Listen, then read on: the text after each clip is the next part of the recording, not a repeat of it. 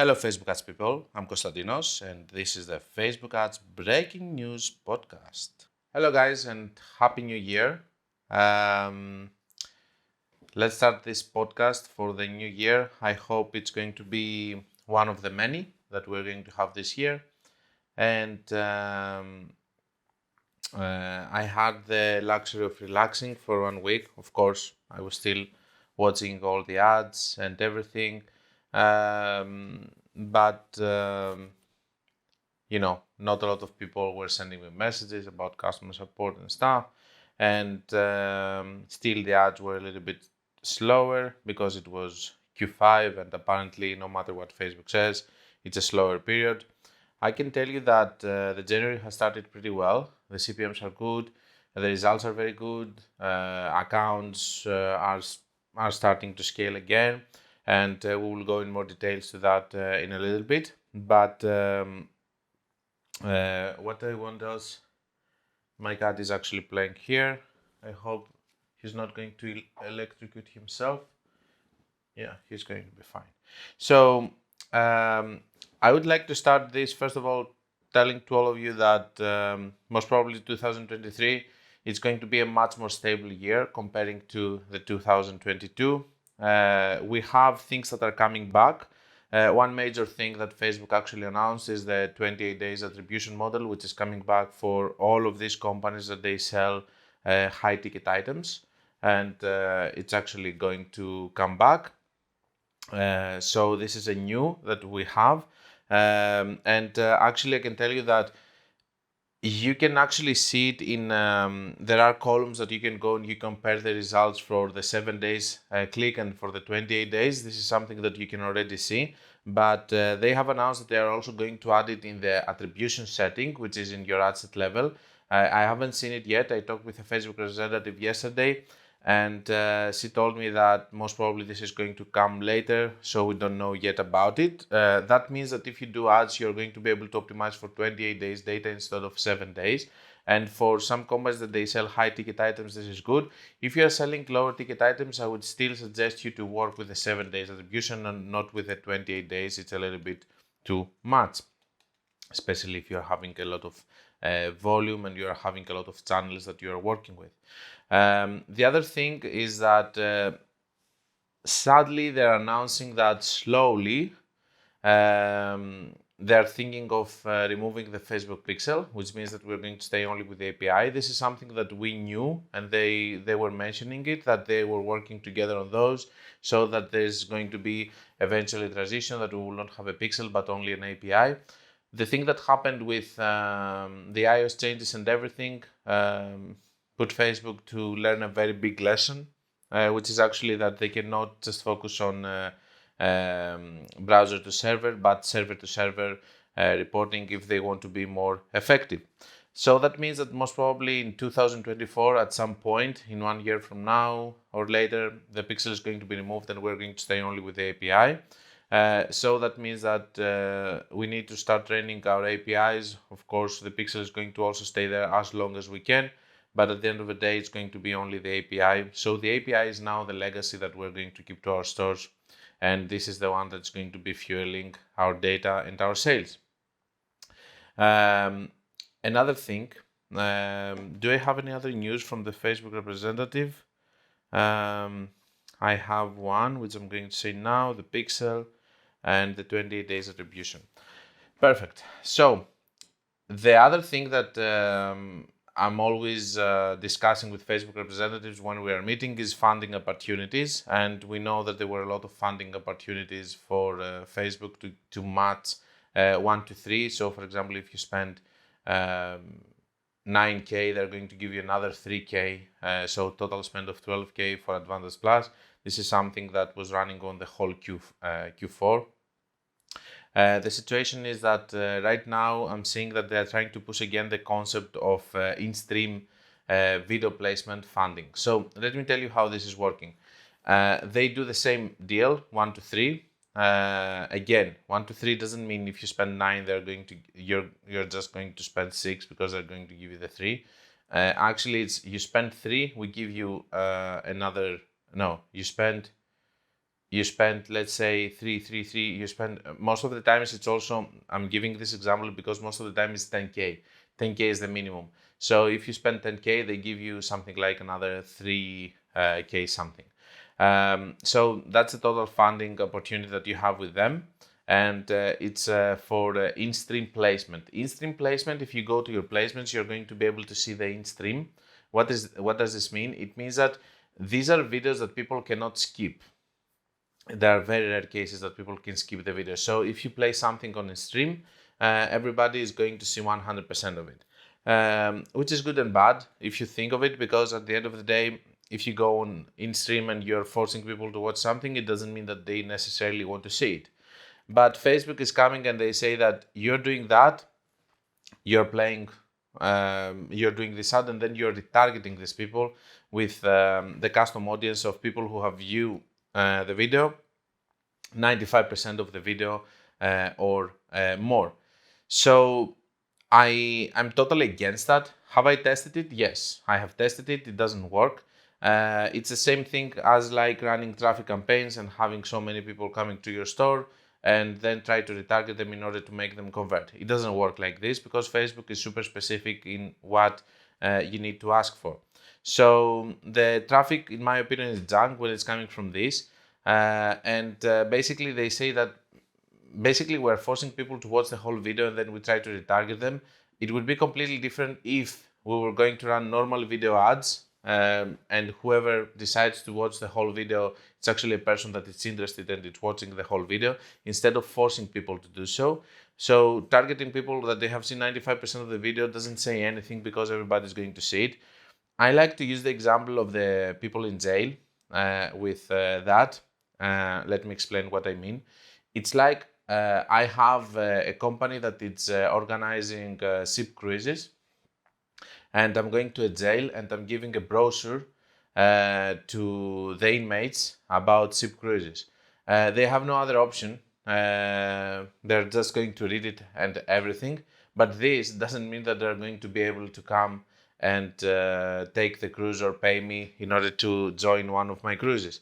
So there are these situations that people are forced to do things, but it doesn't mean that it's your core audience that is actually going to buy the service or whatever. So I'm totally against it. If you have a funding opportunity and you want to test it, it's fine. Just so you know, I have tested it and it doesn't work. And of course, Facebook wants you to actually put 10K on the line over here in order to be able to get the funding. So I don't know if it's a good deal or not. But there is one very interesting aspect to it, which I want to analyze so that we're not going to be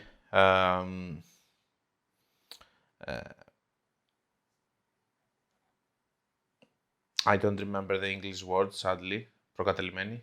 Biased. So that we're not going to be biased. Apparently, she knows better English than me. So we don't want to be biased, and we are always trying to find something good. As we say for dogs, there are no bad dogs, there are bad owners. The same is for the metrics, not for the metrics, for the settings within the Facebook platform for me. There are no bad settings. There is always a way to use even a bad setting in a good way. One example was the expand button audience, which we used to have before, and everybody was not using it because it was actually making the ads worse. Now it's mandatory for the accounts, and obviously the algorithm made it better and better, so it's working very well now. But before it was very bad because it wasn't before iOS, it wasn't working like it should. This is something that I used to use by using lookalikes. So I was using lookalikes and then interest, and then I was putting this button below to expand, and it was working flawlessly. This was my Blender method, as I use to call it, and I still call it up to the day, and it was working flawlessly. So there are no bad settings that you're going to use into your ads. They're just the way that you're using them. Even the one-day attribution, if you use it in a correct way with manual bidding, which we're going to talk a little bit about later, it's actually a good setting. So the good setting that we have here with in-stream videos, and it was very interesting, is that you can control which people are the ones that are going to see your video. So the company that I was talking to doing this funding opportunity, which we rejected, it was a Christian company. For the Christian niche, we know that all the interests have been removed, and over there wasn't any option that was close to that. But for example, I noticed there training, kickboxing, martial arts, for example, and stuff. If you're having a company that's selling gear equipment for kickboxing, for example, you can put martial arts over there as. So I'm going to show the video only to people that they're watching at this time videos about martial arts. Do you know how powerful this is? And the most crucial for me that I have seen, and I'm going to test in one account, is the pet niche. So it was having pet and animals. So you're going to show your videos about your cat toy about the cat toys, for example, that you're having to one of the people that they're watching the video about a cat or about a dog. And that means that most probably they're going to be a relative audience, because the people who are cat owners and stuff, they're being bombarded by these kind of videos. So whenever somebody is watching a lot of videos, I also like to watch videos with cats because I have a cat, okay? So the chances of me having a cat and also watching videos with cats, they're actually a lot. And if when I'm watching a video of videos of cats, I'm actually watching also an ad about a toy about a cat and stuff, maybe I'm going to buy. So I can see some value for some niches over there with in-stream videos. And of course, with the funding opportunity, you're going to have also some money returning back to you with the funding. So if you are a company like this, talk with your Facebook representative, find a way of asking them about the funding for in-stream videos. And there are niches like training, exercise, martial arts. There is a niche of apparel and stuff, but I think that is too general. There is a niche of pets and stuff. Try to go to your placements. Go there and just pick the in-stream placement, and then go down, show more options, and you're going to be able to see the targeting that you can do for your ads. There's a pencil at the right side. It's called, it has an edit. If you hover over it and you click on it, you will be able to see the options that you can target. If you think that your niche is within any of those categories, I think that it's really worth a try, and I'm going to try it in some accounts also. I will keep you updated about it. Maybe I will make also a video about it. So that's one thing, and these are the news, the breaking news. Now, let's discuss about some topics that I want to discuss. First of all, I want to discuss about one thing that we talked about in the before in the previous podcast. I told you that I'm watching that. I can see that in the ad sets are spending a little bit more from what they should. And I thought that it was because it was a Q5 season and people are not spending. So Facebook is trying to recuperate some of the money that they're not making with that way. I think that I was right because I can see that now that we're on January, the ads are not spending more from what they should, and they spend a little bit less. So the situation was that if you put a $5 budget, they were spending 5.4. And my theory behind that is because they are not having so many people advertising in the last period of the year. They're just spending a little bit more, because if you take this a little bit more with all of the ads that they're running and everything, they're going to make exactly the same money without losing. For you, it's 40 cents, but for them, it's 40 cents multiplied with all the assets and all the campaigns and stuff. And it doesn't change anything, apart from the fact that we don't want to be treated like idiots, and we want to let know Facebook that we understand when they are doing something. The situation, though, is that if this was going to continue happening, I should have changed my whole strategy about optimization in CBO campaigns, because in CBO campaigns, what we are doing is that when we are optimizing and we are leaving some assets open, then we're putting a little bit more in the optimization for the budget, so that the people that they know the channel, they understand what I'm talking about. We put a little bit more so that it can keep a balance to the amount because it's going to spend a little bit less in the reality. So if the ad sets were going to spend more from in the ABO level, they were going to spend more from what we are asking them to spend, that means that in our CBO philosophy and the way that in this channel and the way that I optimize CBO campaigns, we should have gone with a different plan. This is why I was monitoring this closely. The different plan would be that this time we wouldn't put more, but we would put less when we were optimizing a CBO campaign.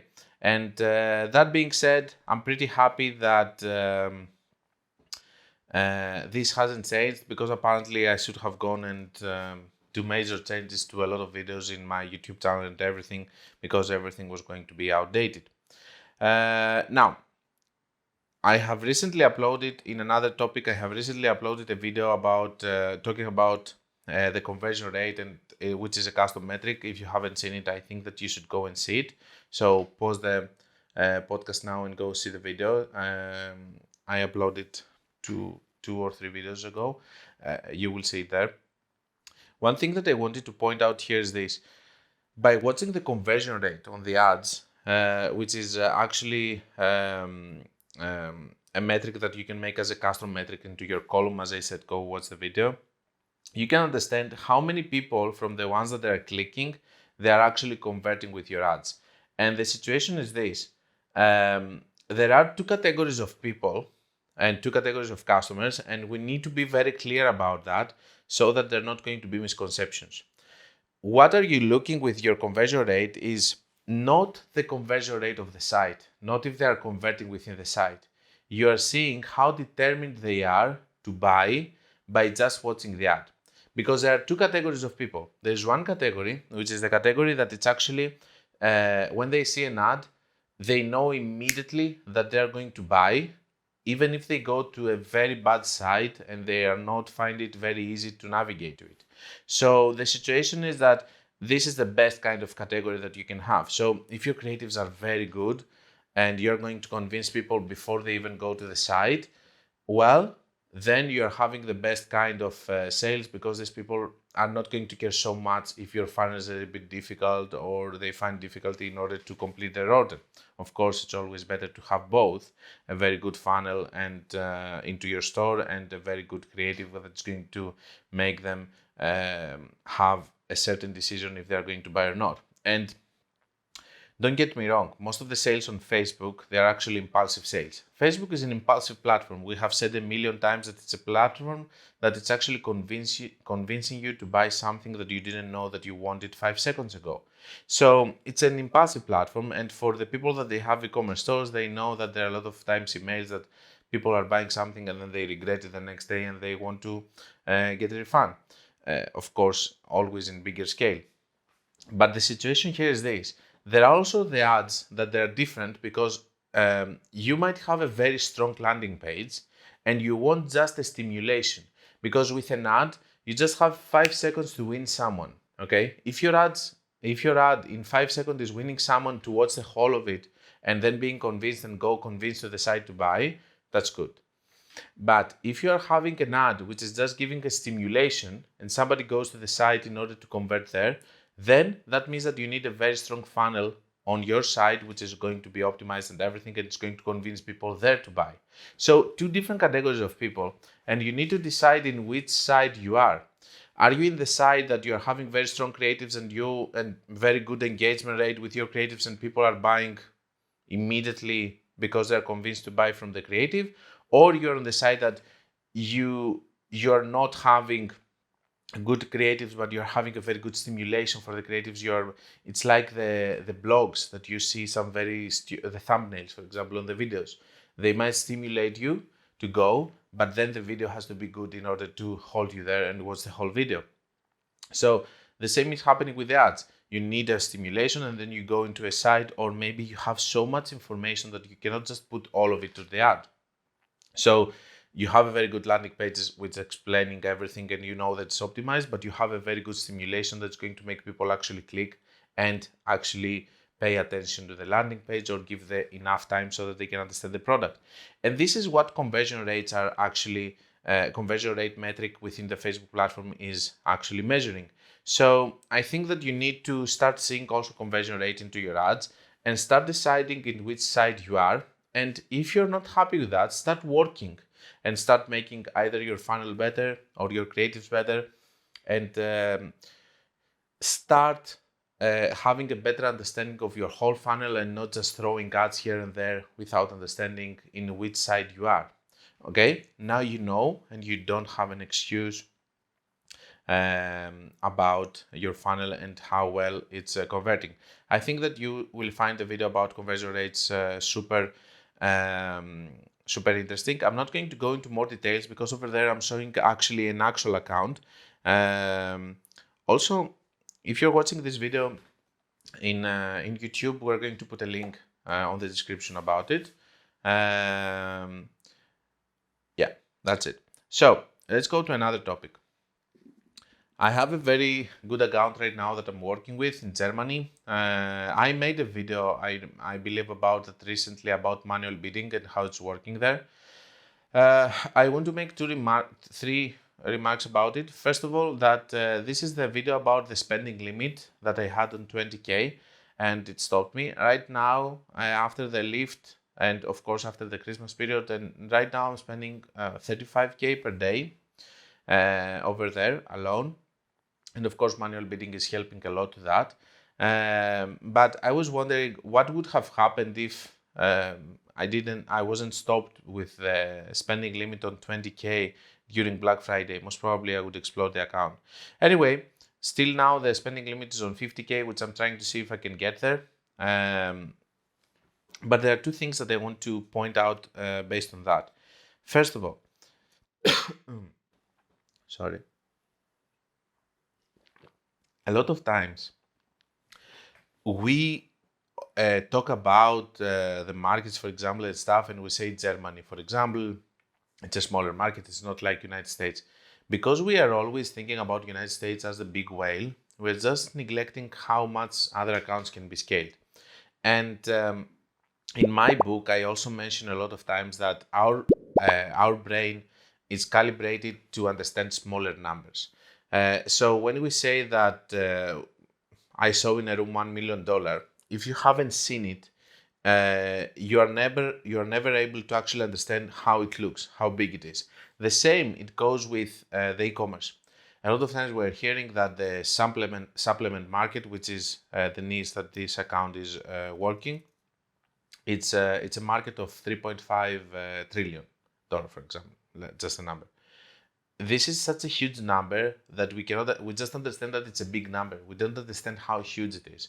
So a lot of times we hear about, but there's a saturation on the market.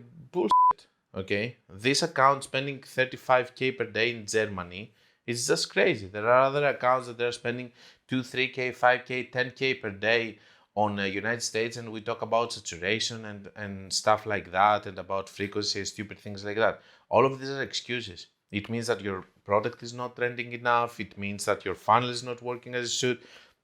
Your creatives are not so good. It means all of this. So there are endless opportunities for companies that they're working all the time on improving on products, packaging, customer support, cooperations with influencers, working in several platforms, doing their posts every day, having brand ambassador programs, affiliations, having also different platforms that they're working with, doing ads, and of course working on Facebook ads and everything. And the possibilities of working with several different products, the possibilities here are endless, and there are such big markets that we're not even scratching the surface with a lot of products that we are having. The situation is this: in order to understand if you are asking too much, the best thing to do is this: go and Google, for example, how much is the supplement market on the Germany on e-commerce. You will get a number, let's say, of 200 billion every year, and then see with your spend right now what kind of percentage you are getting out of this market, and then you will understand how small this is compared to where you can get. Let me tell you that there are companies that they are taking 20% of the market, 30% of the market, okay? And in order for you to understand that it's just an excuse that you put to yourself about the saturation and everything, I think that the most important is to go and do the comparison with percentages. What am I asking? What is the percentage of the market that I'm asking in the current product that I have? And if you are seeing that this is just a very small fraction, then try to become better in order to get a better percentage out of it. Of course, with this account, I will keep scaling, and manual bidding is helping a lot, and the results are very good because the break even is on 2.3. We are on 3.5 consistently, and we are scaling more.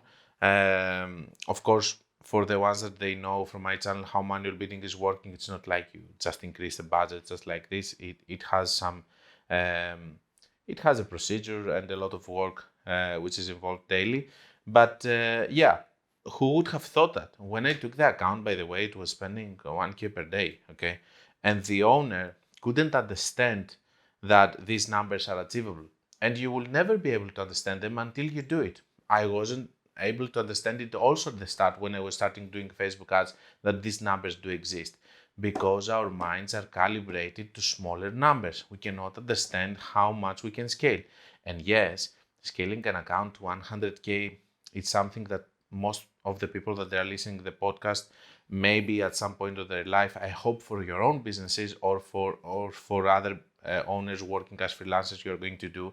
But scaling an account to 1 million per month, let me tell you that I have done it 2 times, not consistently, not for let's say 5-6 months consistently.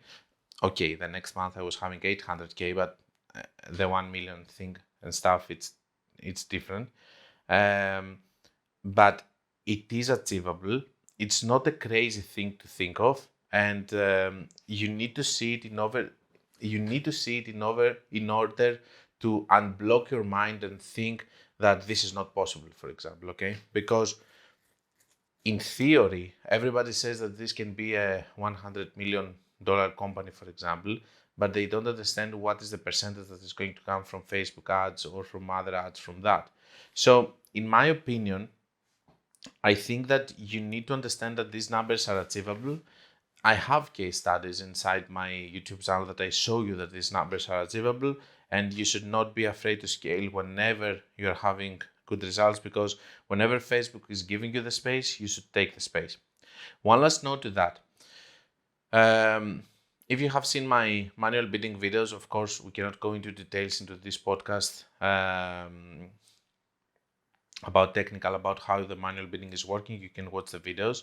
But I have realized another way. So basically, the manual bidding is working with a 1-day click. I have found a way with the 7 days click. So you put value optimization. Again, you're taking one of your best ads that are actually working. The structure here is, guys, that you're doing normal campaigns with a crazy method, whatever you want, stack lookalikes in CBO campaigns. Then you take those, you put them in manual bidding with the videos that I have in my channel and in my course, and I show you how to do them and stuff. And then you start playing with manual bidding, which needs much more experience. And then you can take the one consistent ad that with the placement that it has and the targeting that it has, and you take it and you put it in a new campaign where you're playing this time with the value. So what you're doing is you're putting it in a new campaign, the one ad that you have, you're duplicating 4 times, and then you're putting different value options to each one of the ad sets. I know that for most of you, this is super technical to understand, but at least for the 3-4 people that they will understand it, I think it's going to be super informative, let's say. So you're putting in a CBO campaign with a big budget like 1,000, 2,000, 3,000. It doesn't matter because it's not going to spend all of it. You're putting 4 ad sets with your best ad set that you have. And this time in the value optimization, if your target, for example, that you see that is working in the account and you're getting good results is 3 ROAS, you're putting the first ad set 3 ROAS, the other has a value optimization instead of conversion value optimization of 2.9, the next one 2.8, the next one 2.7. So you have 4 assets with 3, 2.9, 2.8, 4 assets, 3, 2.9, 2.8, 2.7. You are having those. And those actually are the ones that are going to run in a CBO campaign with 7 days click this time. Let me tell you that it's not spending all of that. And let me tell you what happened with one of the many tests that I have done. I put a 5,000 budget on one of them. This time I put 3 assets with different values on it. One of them actually started working very well, and it spent 4,500 after 2 days in just 1 day. I increased the budget to 10K. I go the next day and I see that it spent 10,800, so even more than the 10K that I put. The next day I put it on 20K to see if it's going to spend. It didn't spend 20K, sadly. It spent 8K 800, and yesterday it actually spent 11K. So I'm going to try to see if it's going to go now to 20K. I don't know, but I can tell you that since that point, when I saw this kind of scaling, I'm testing this strategy with 4 assets, 4 different value option, and 7-day click with a CBO optimization this time, not ABO, based on what we were doing back with the manual bidding. And I'm testing it in other accounts, and it seems to be working because one of those with a different value option is going to work.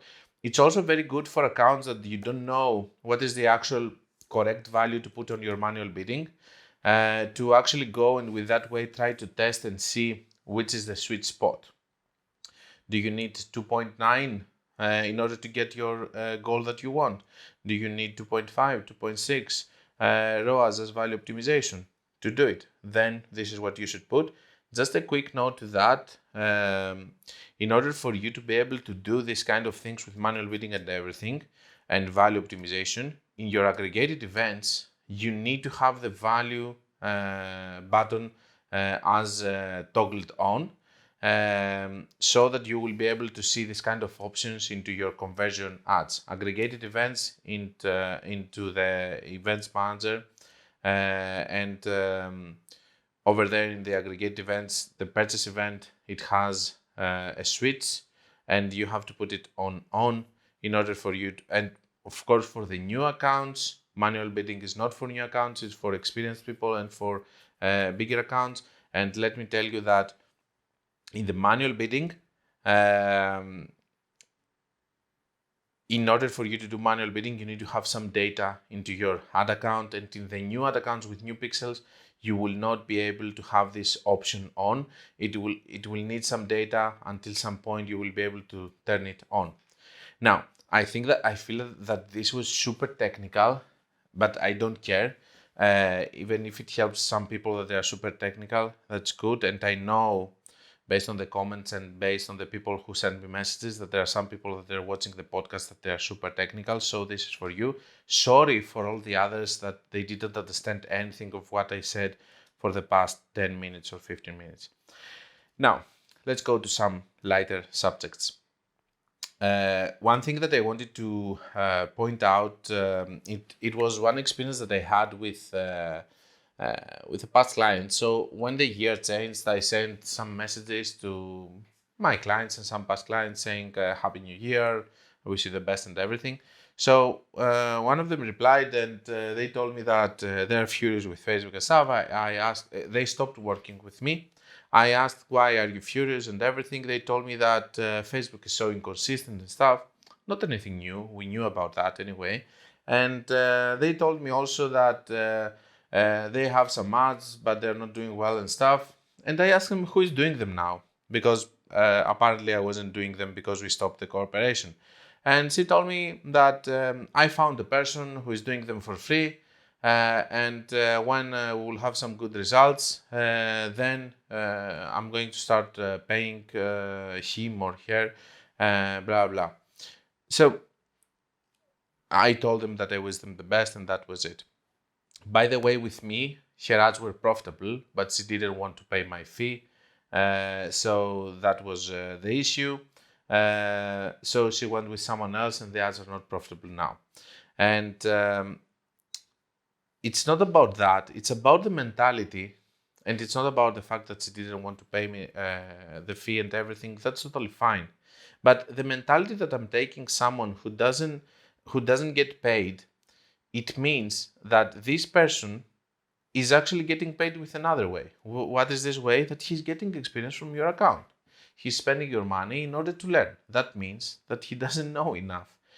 Do you think that a person like me, who has the experience that it has, it's going to work for someone for free? There's no way. Because I know who I am, I know what kind of results I have. I'm not going to work with someone for free. Who is going to work with someone for free? Someone who doesn't know and wants to learn.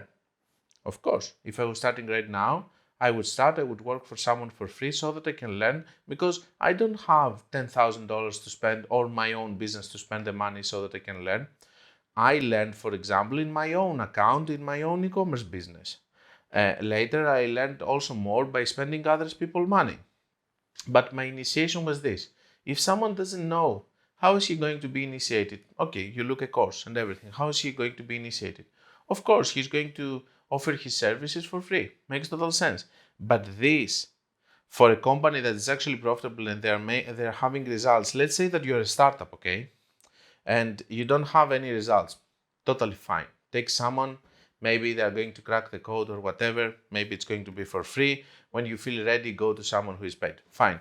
But you have a company which is working. You have a freelancer, which was me, that was having results, profitable and stuff, but you're not happy with his fee. Totally fine. Move with someone with a smaller fee, or someone that you think that you can find an alternative of doing it in a cheaper way. Okay, but not taking someone who maybe has zero experience. He's lying to you, telling you that he's having experience and he's working for free. I think that this is a wrong mentality, and I think that if someone doesn't understand it from a business perspective, then most probably he's never going to have a successful business after all, anyway. So, next thing, post IDs. I have a print screen over here. I would love to show you the amount that I have spent in this period. No, actually, this print screen, it's all about the ads and how they are spending, in order to prove that they're not spending more from what they should, but or not. I'm lost a little bit here. Just let me see my notes. Yeah. So no, the print screen is for this one. So basically, this is about the post IDs. This is the amount of money that I have spent during Christmas, and it was a business that I was running only ads for post IDs. So the way that this is working is that, let's say that you're having a very good successful campaign, and you're running it with dynamic ads. Whenever you're breaking down the results, and by the way, the breakdown of results is bug. You can break down the results not only on the dynamic, but you can also go and you can see not only which ads are working on the dynamic, but which kind of pages are having the sales and everything. Just a little bit of context. The breakdown of results is next to your column, and you can go there and you can check, for example, which ages had the most sales. What's the difference? After the iOS, before the iOS, we had the same situation, but after the iOS, they removed that, and you were not able to see, for example, that you had 5 sales on the age between 18 to 25, 25 sales between the ages of this and that. The only thing that you could see, it was the spend, and if your campaign was profitable, you were just following the money. Wherever it was spending more, it means that this is the one that it was the most successful. But right now, you can go and you can see the actual amount of sales between all of the ages and all of the different demographics, placements, and everything. And it's going to prove again my theory that there are no other placements that are working, and Facebook is just stealing some money here and there on the other placements. And this is why they're pushing the automatic placement option, so that they're going to just take some cents in all of the other placements, and then they just optimize for the ones that are actually working. One funny thing that I have seen is that, and I'm going to make also a video about it, about the breakdown of results and how to see different things. is that on Instagram, I could see that they have improved a little bit the Instagram experience and Instagram Reels. They have more sales. Back in the day before the iOS, when you were breaking down the results, you were having only sales on Facebook feed, Instagram feed, and Instagram stories. Now I can see, for example, in the 190 sales, I see 5 sales in the Instagram Explore, 12 sales in Instagram Reels. There are some sales that are coming also from there. But of course, right column, article and stuff, they still have no sales in stream. They have no sales at all. So these are not good placements at all. But of course, Facebook is pushing so much the concept of automatic placements because they're making money out of it. For the extra placements that you're putting, they're just getting some cents out of it, which again, if you multiply with all the ad accounts, with all the campaigns that are being created and everything, it's a lot of money for them, and this is why they push so much this situation. Now, back to our topic. After you have a CBO campaign and you break down the results and you see which creatives are working, which copy is working, you can go and you can make a post out of it. And then you can start advertising by using existing posts. So what are you having now? You're having 2 different branches. One branch is going to be your dynamic ads, which you are starting with, okay? You are starting with your dynamic ads and you are keeping them as your base. This is your spend, your minimum spend that you're going to have. If they're working very well, scale them a little bit, it's fine. But after that, after some period, when you have results, you go and you create a second branch, which is actually the post IDs. So this one is working with the creative and this one is going to work with the social proof. Because you know that you're having here a good creative that it was tested extensively. This is why we say about dynamic ads that we are testing it, we're having sales at the same time. And you're having also a post ID over here, which it was created from the best creative and the best copy as a post. So this post stays there and all of the comment and everything that people are going to put, it's staying there. And the more it's getting data, the more it's becoming bigger and bigger.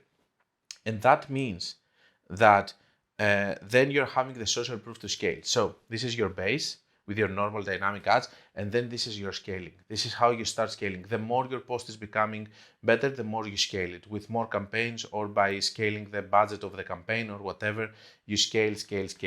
And this is how I structured my campaigns on this one. And I spent just on December 450K in this account, while it was spending only 200K in the previous month.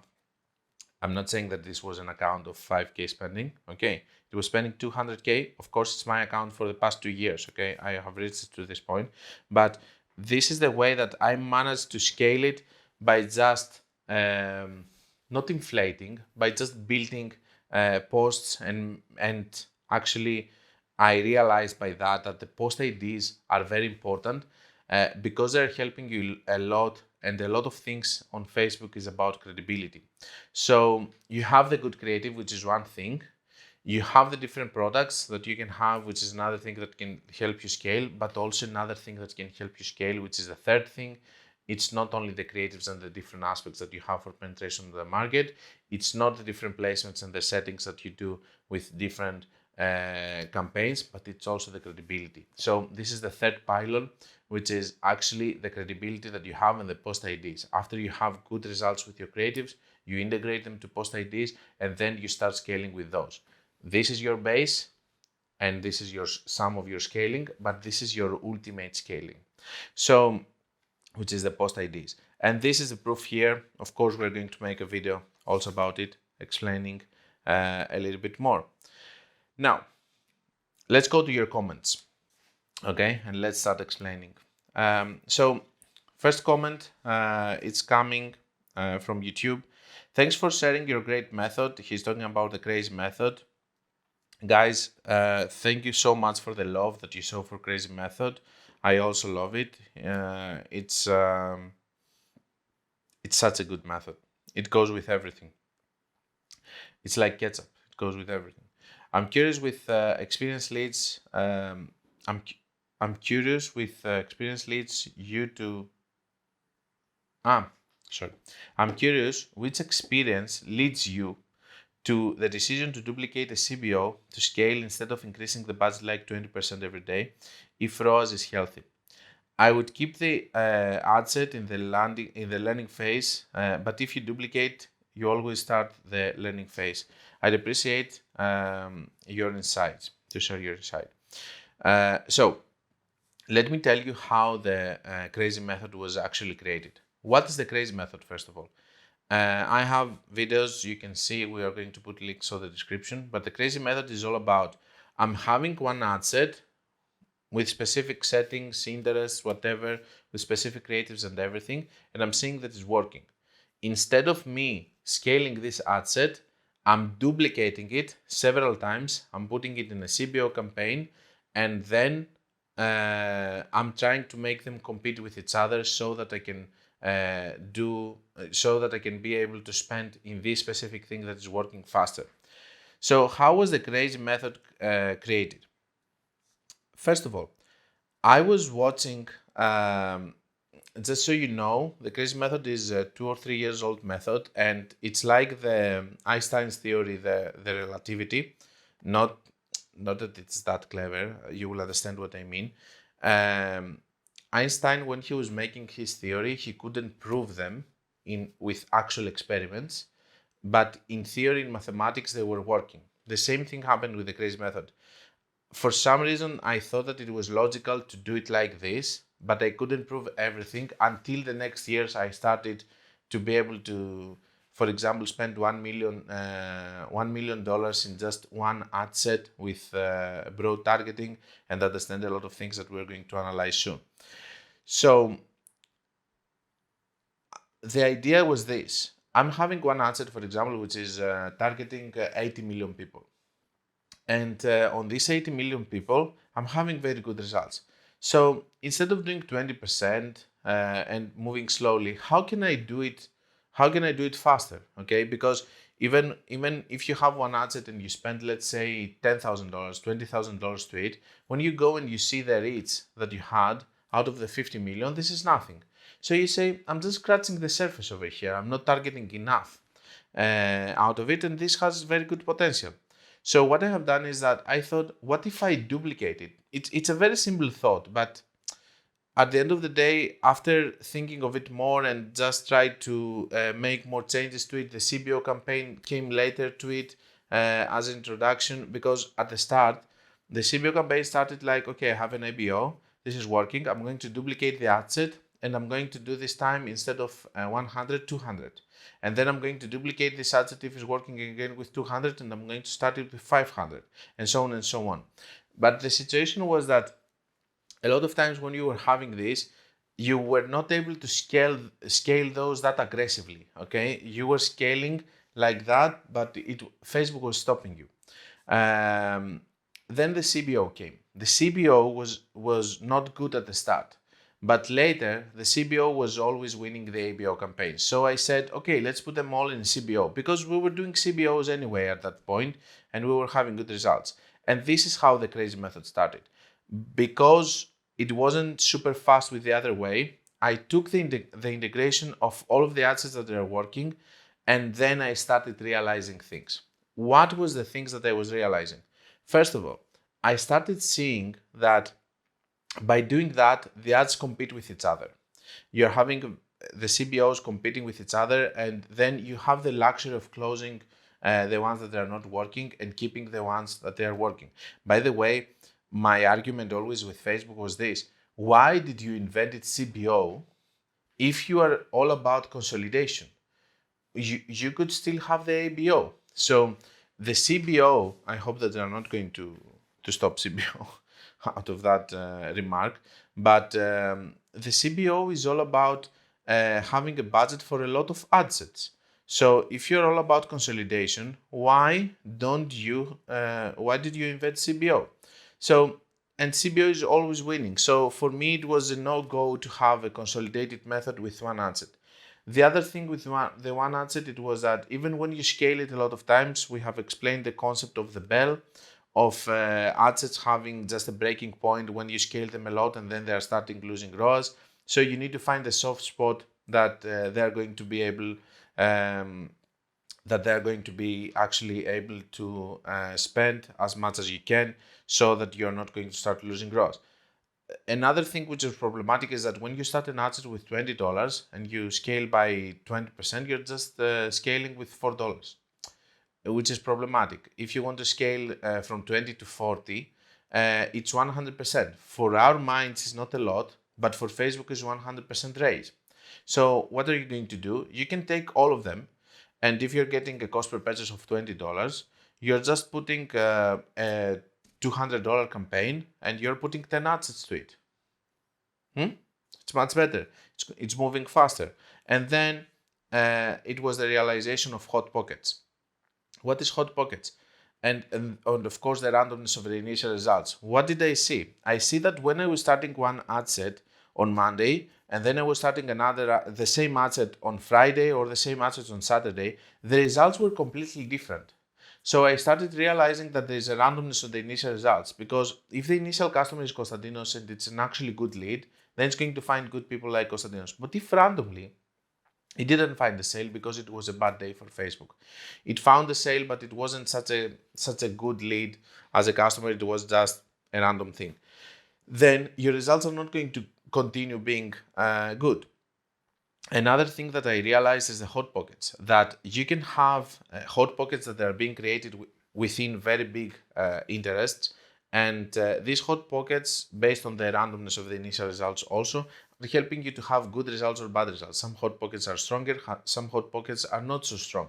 So what you're doing is that when you're having an ABO campaign and you're forming a hot pocket by just having your budget and playing with it, increasing it or not, it really depends on how strong the hot pocket is going to be. And how are you going to be able, what if you're unlucky, for example, and your one ABO ad set is going to be a bad ad set? What are you going to do about it? With the CBO campaign and the crazy method, you're actually having substitutes. If something is not working, you close it and you have the others that are going to continue, and so on and so on. And the last thing that actually made me think about the crazy method, I said, okay, this is why it's working. It happened in the previous year when I had a credit from Facebook. There is also a video about it on Facebook, on YouTube, that I spent 1 million in just one ad set. And in this one ad set, I could see that out of the 100 million that we were targeting, we targeted only 10 million, which is nothing, okay? So I realized that in order for you to be able to target very fast in a very small period a lot of people, you need to do it with the crazy method, because the other one, apparently, even after spending 1 million, it just targeted 10 million people, which is crazy. It's just a 10% of it, which leads to other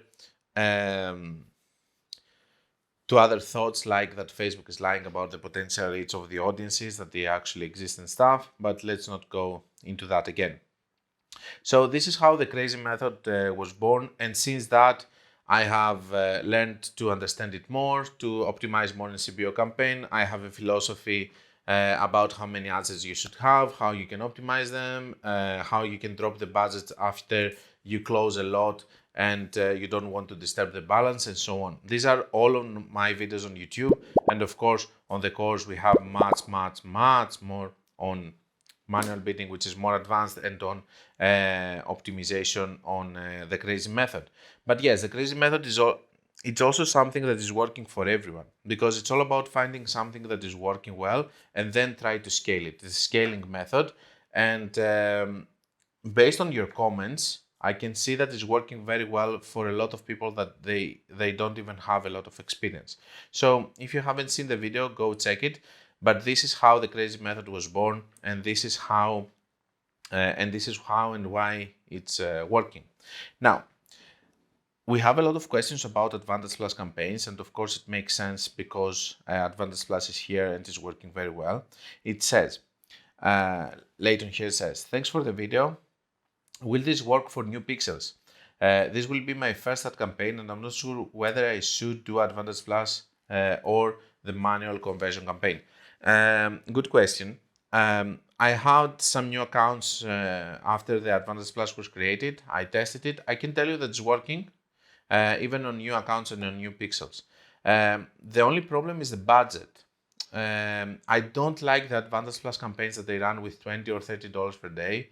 My minimum that I would go with that, it would be 100. per day. So if you have this budget, yes, start with Advantage Plus and see if it's going to work or not. I think it's very good because you will have also very low CPMs. I have seen it working also with new pixels, so for me it's something that you should try. Second question. Is it better to include one product category in one campaign or use several categories, like one ad set for watches, another for books? It doesn't mean ad set, he means ad most probably, all in one campaign. So I have done it a lot of times. First of all, I do Advantage Plus with different products in the ad level. I do Advantage Plus with different post IDs. I do Advantage Plus with the same product. For me, it's a very good way of actually using Advantage Plus with different products and stuff. Two remarks to that. I wouldn't use a catalog and something else than some normal ad or post ID or whatever. The catalog tends to take all the budget on the Advantage Plus.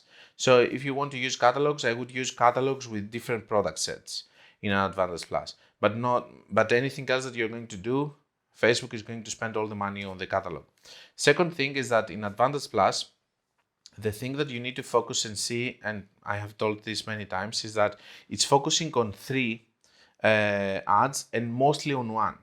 So this one ad is going to take most of the budget. And if it's working, it's totally fine. But it doesn't mean that this is the best ad that you're having in your Advantage Plus. So what I want you to do, and this is what I'm doing also, and I'm scaling accounts like this, is that you have one campaign which is working, perfect. Leave it with this one, don't touch it. Even if you want, you can scale it. Advantage Plus, by the way, it's working very well with scaling. So you can go from 500 to 700, 700 to 1000. It doesn't influence it as much as it's influencing when you do it in a CBO campaign. And the reason for that is because it's focusing on one ad. So it's not changing the balance of the campaign in the way that we know to optimize our CBO campaigns for Crazy Methods and for the other methods. The thing here is this. You might have also other good creatives or other post IDs that are working very well. What you need to do in this case is you need to duplicate your Advantage Plus, which is working, and this time don't include the ad that it's actually working in the one that you have before. So what do you have now? You have two Advantage Plus campaigns and you are testing the other creatives also to see if they're working well. If another one is working also there, duplicate it again and go for a third one by also excluding the creative that has actually worked on the second. I can tell you that I have seen campaigns that they are focusing on just one, but when I was duplicating, I was finding also other winner post IDs or creatives that they were working, and this helped me a lot to scale. Okay, so whenever you do a new Advantage Plus, it doesn't mean that you have to reinvent the wheel or find all of the new creatives and stuff. Test also if the other ones that they're not spending, because this is how Advantage Plus is working, they are also good creatives. We will make also a video about that. Now, it says, hi, can you get results with this campaign at a lower budget, $10 to $20 a day? With a small budget, should still have a bunch of ads? Thanks in advance.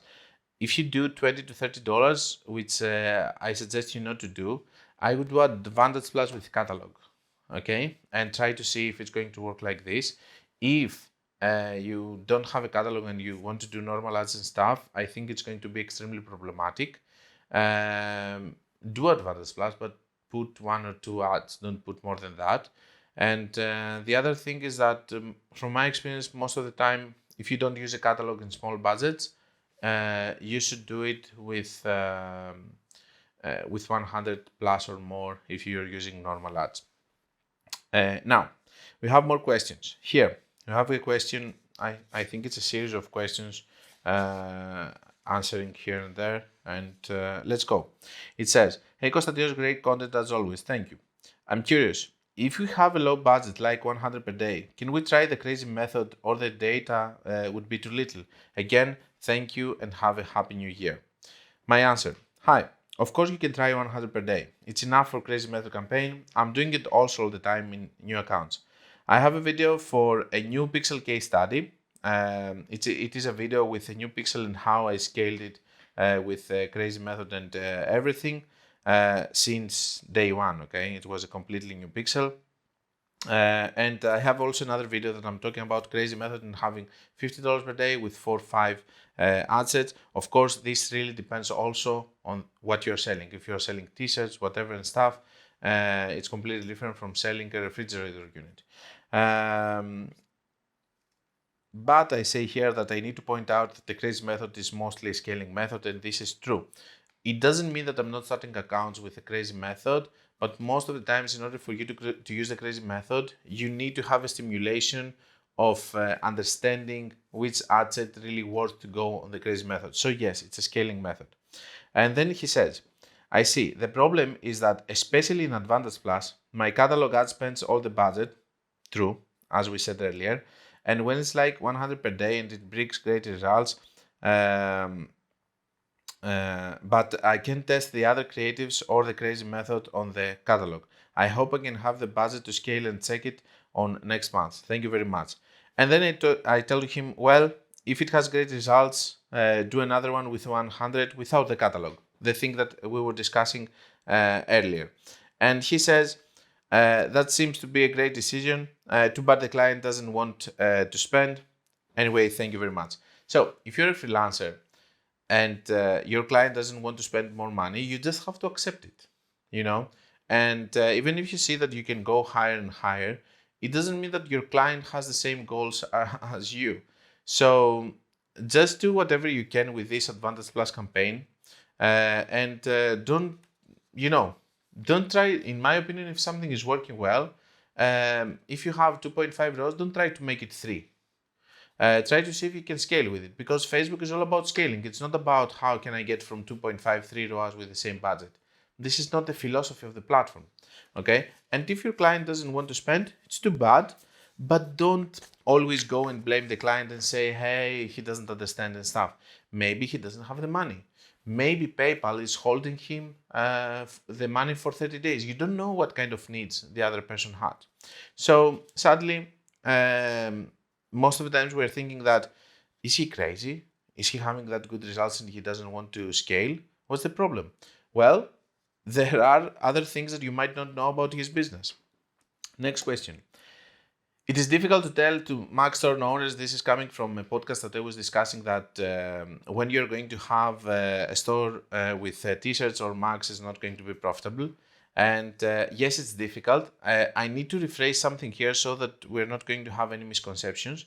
I need to tell that there are companies that are selling t-shirts and mugs and they are profitable.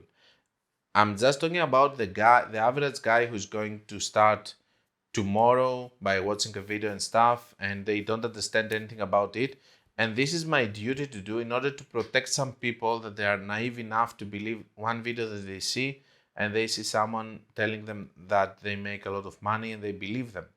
So the way that I see it is that with mugs you have a very small profit margin, and by giving this example, I'm trying to explain that it's not only about the idea that you have, the numbers also need to make sense in order to have sales. The average order value, the profits that you're having, and the Facebook advertising is becoming more expensive. This is why I'm talking about t-shirts. And t-shirts, I'm talking also about print on demand mostly, because on print on demand you will have to pay also the company that is printing and stuff. It's not like you're printing them in-house. Most probably there are people that are printing in-house and they are profitable, but you need to have the equipment and everything else. In the easy models of print on demand and stuff, you need to have higher average order value items in order for you to be profitable. But this is what I want to say. I want to say that there are stores with t-shirts and mugs that are profitable, but most probably it's not going to be you that you are listening to this podcast and you're going to start a store tomorrow. It needs more than that. Okay, so next thing. Hello, we made a new web shop to sell in Europe, therefore the pixel is new. What do you suggest to do as a next step? I was thinking to run a broad campaign with sales objective in each EU country, starting from North European countries one by one. Budget is like 10 to 15 a day. I hope per country. Because if it's 10, 15 per day, you will have to test them one by one.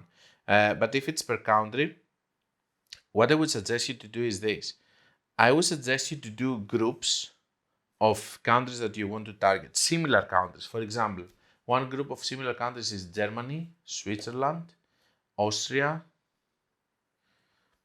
I never had good results with Poland, to be honest with you, but let's say those three, okay? This is one group, okay?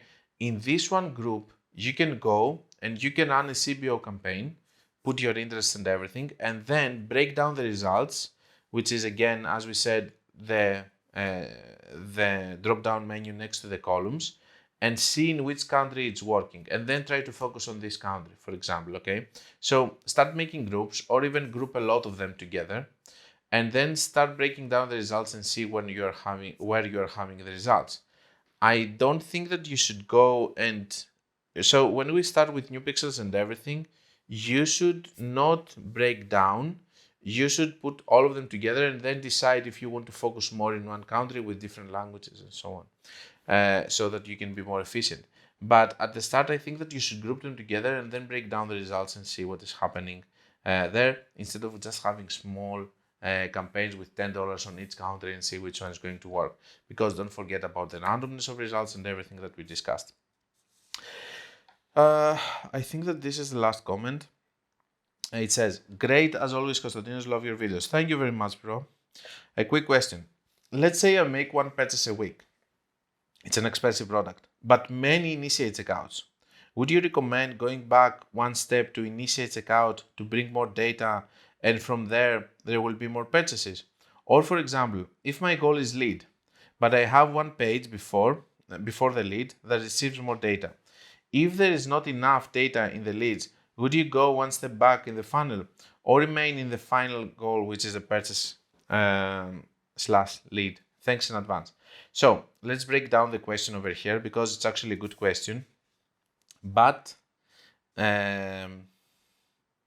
no offense, there are some stupid remarks inside it. So let me tell you what.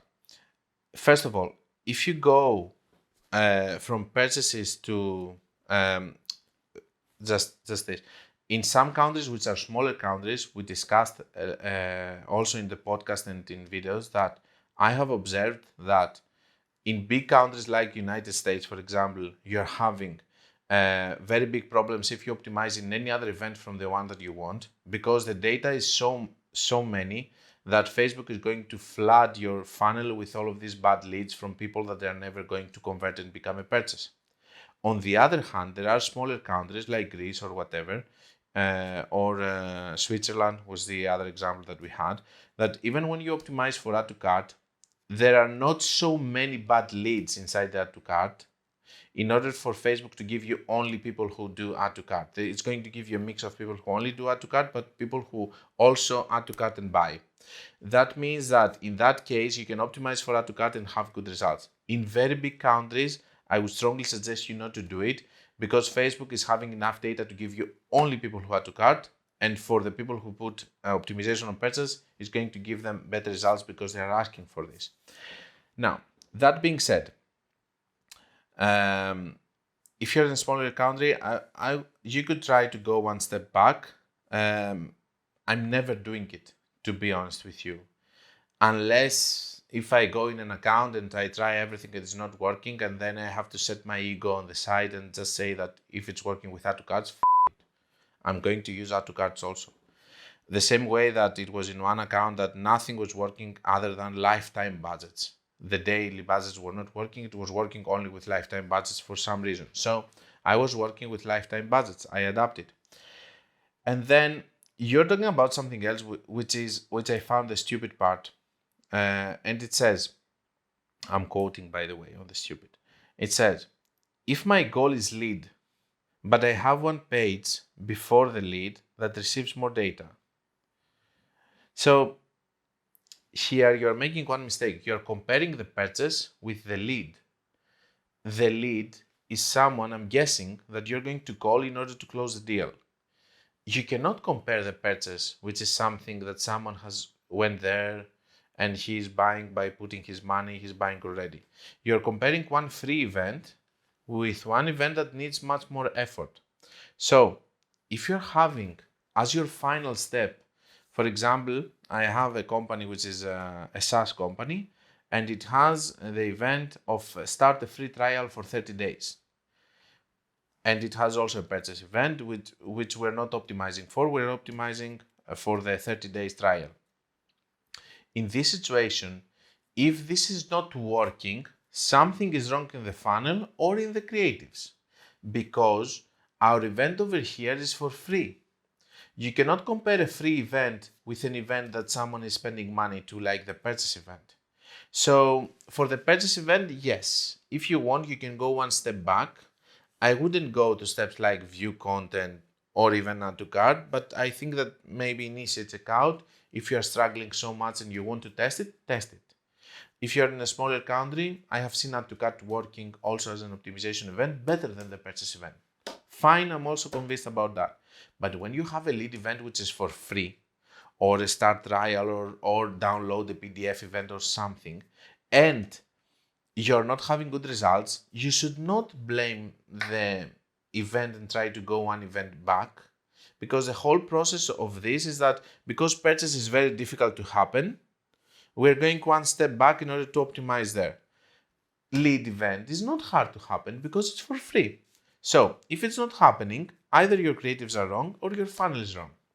This is what I wanted to point out about this comment, just so that we can clarify that just because you can do this with a purchase event, it doesn't mean that you have to do it with all the other events. Guys, think, okay? It's all about simple way of thinking and understanding how the platform is working. It's not like this is working here, I'm going to apply it also here and here and here. It has to make sense based on the technical knowledge that you have or you're acquiring from channels like this. Now, I was watching this post, and how much time do we have? 1 hour, 11 minutes. Wow. Okay, I told you it's going to be a big one. Just some funny posts, and we're going to wrap it up because it's already too much. So there is one post that I have found here. It says, Facebook Ads Agency. Dear all, please read carefully. I want a physical identity or an agency who is able to run ads on his own. I don't provide my Facebook account. I provide a Facebook page and a link to app iOS and everything. I need to run ads to extend my business. So my note to this is this.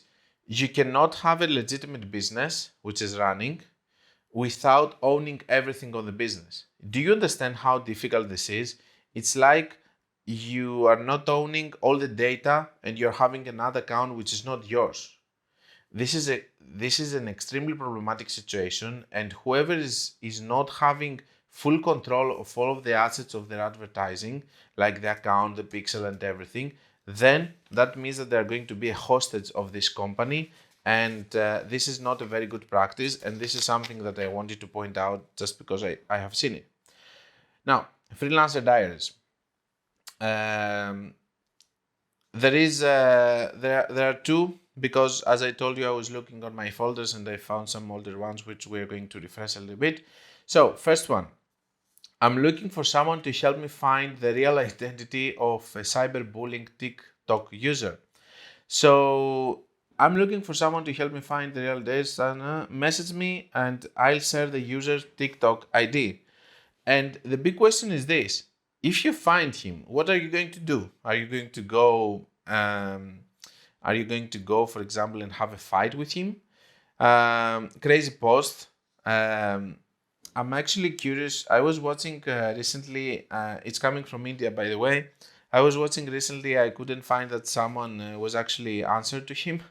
But I would be very interesting to know, for example, just for the context, if anyone actually was able to locate the cyberbully and what happened. And the next one is one of my favorites, as always. It says, I need someone to manage my Shopify business all on their own. I'm looking for someone that is an expert on Facebook ads, TikTok ads, and can find all products and create stores on their own.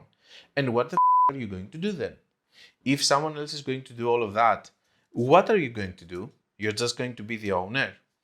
Why? Are you having so much money? Are you Mark Cuban? Who are you? in order to ask for something like this. Very funny.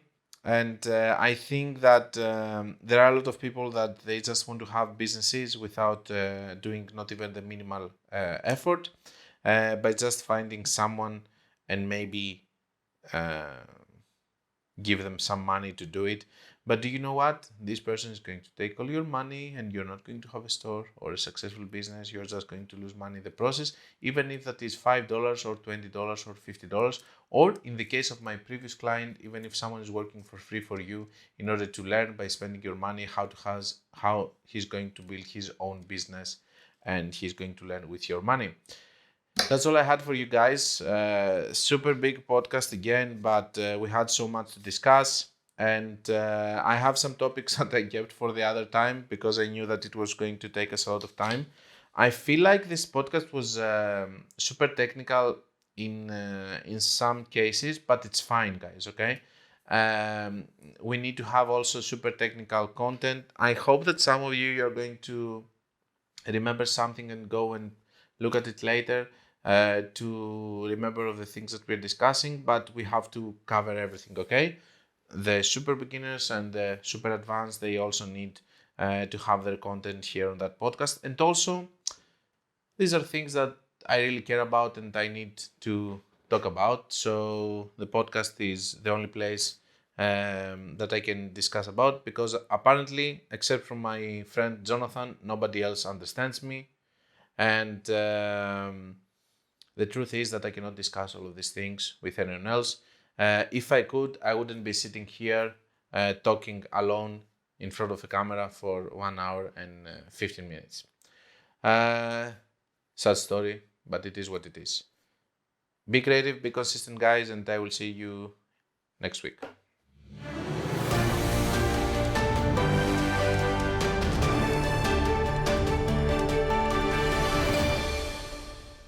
This was the Facebook Ads Breaking News Podcast. Like it or not, it is what it is.